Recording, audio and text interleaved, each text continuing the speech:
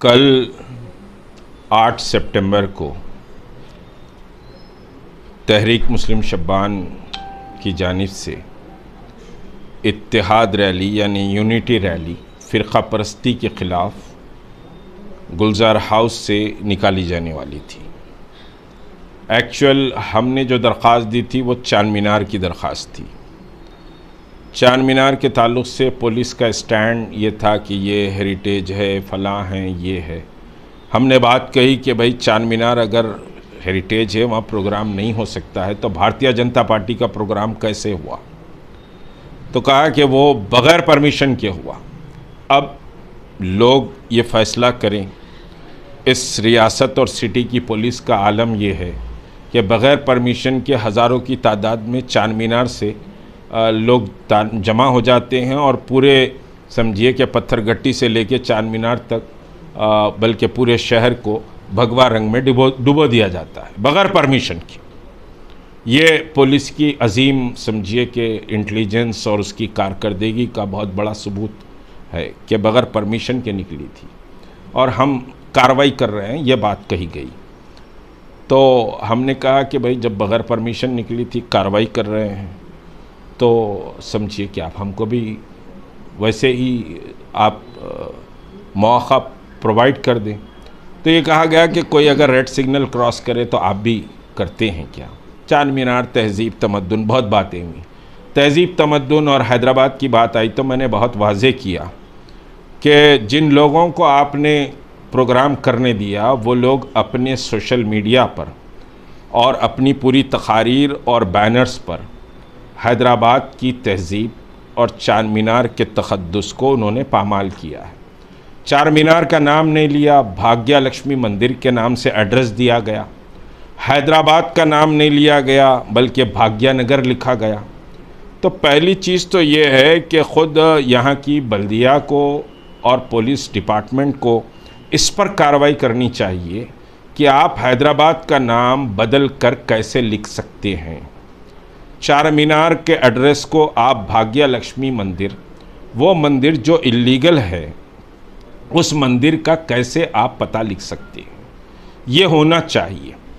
बहरहाल हमारे को कल एडिशनल कमिश्नर साहब ने फ़ोन किया मुझे, कहा कि भाई आपका पहला एप्लीकेशन तो रिजेक्ट होता है, आप दूसरा भिजा दीजिए मुझे और गुलजार हाउस से हम आपको परमिशन दे देंगे।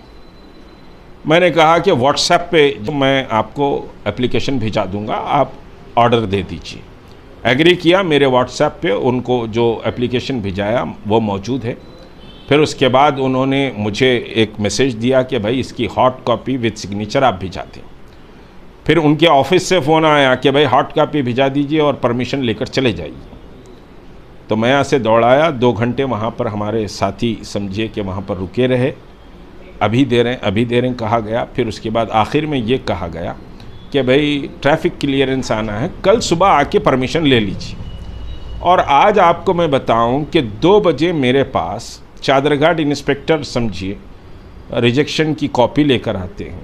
1:45 बजे से यहाँ की एक सियासी जमात के सोशल मीडिया पे परमिशन रिजेक्शन का समझिए कि पूरी न्यूज़ वायरल हो रही है। 2 बजे मुझे मिलता है, मैं कंसर्न पार्टी हूँ, पहले मुझे इत्तला मिलनी चाहिए। लेकिन पॉलिटिकल सियासी जो पार्टी जो है उसके सोशल मीडिया को पहले इत्तला मिल जाती है। ये एक बात। दूसरी और एक हैरत की बात मैं आपको बताऊं कि देखिए, एक परमिशन का रिजेक्शन का ये जो कॉपी है, ये कॉपी पुलिस के साइट पर है, सबको अवेलेबल है कि भाई ये एप्लीकेशन आया था, इसका रिजेक्ट हो गया परमिशन। ये कोई गैर कानूनी बात नहीं है किसी के पास अगर ये कॉपी है। आपको मैं बताऊं कि भाई मैं सिग्नेचर पुलिस अथॉरिटी को जो सिग्नेचर करके दिया कि भाई ये रिजेक्शन लेटर मैंने रिसीव कर लिया बोल के सिग्नेचर करके दिया, वो सिग्नेचर की मेरी कॉपी पुलिस के रिकॉर्ड में है और वो पब्लिक डोमेन में नहीं आना चाहिए। वो सिर्फ पुलिस का रिकॉर्ड है और सीक्रेट है, वो बिटवीन पुलिस एंड मी समझिए कि है। खुद मेरे पास उसकी कोई कॉपी नहीं है, मैं सिग्नेचर करके दिया। लेकिन आपको हैरत होगी कि सोशल मीडिया पर, पर्टिकुलर पॉलिटिकल पार्टी के सोशल मीडिया पर मेरी सिग्नेचर किया हुआ डॉक्यूमेंट सोशल मीडिया पर है कि साहब इनको परमिशन नहीं मिला। मेरी सिग्नेचर किया, टाइम लिखा हुआ उस पर 2 बजे, वो सिग्नेचर किया हुआ पेपर सोशल मीडिया में आ रहा है। तो यानी यहाँ की पॉलिटिकल पार्टी और पुलिस के बीच में ज़बरदस्त हनीमून है। अब वो हनीमून किन किन चीज़ों में है वो अभी इस मौके पे नहीं बोलूँगा।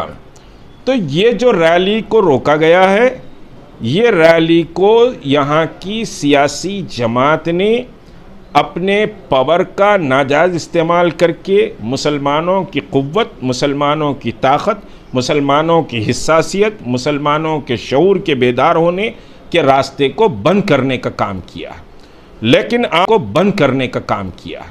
लेकिन आपको ये बता दूं कि हम जवाब देंगे भारतीय जनता पार्टी का।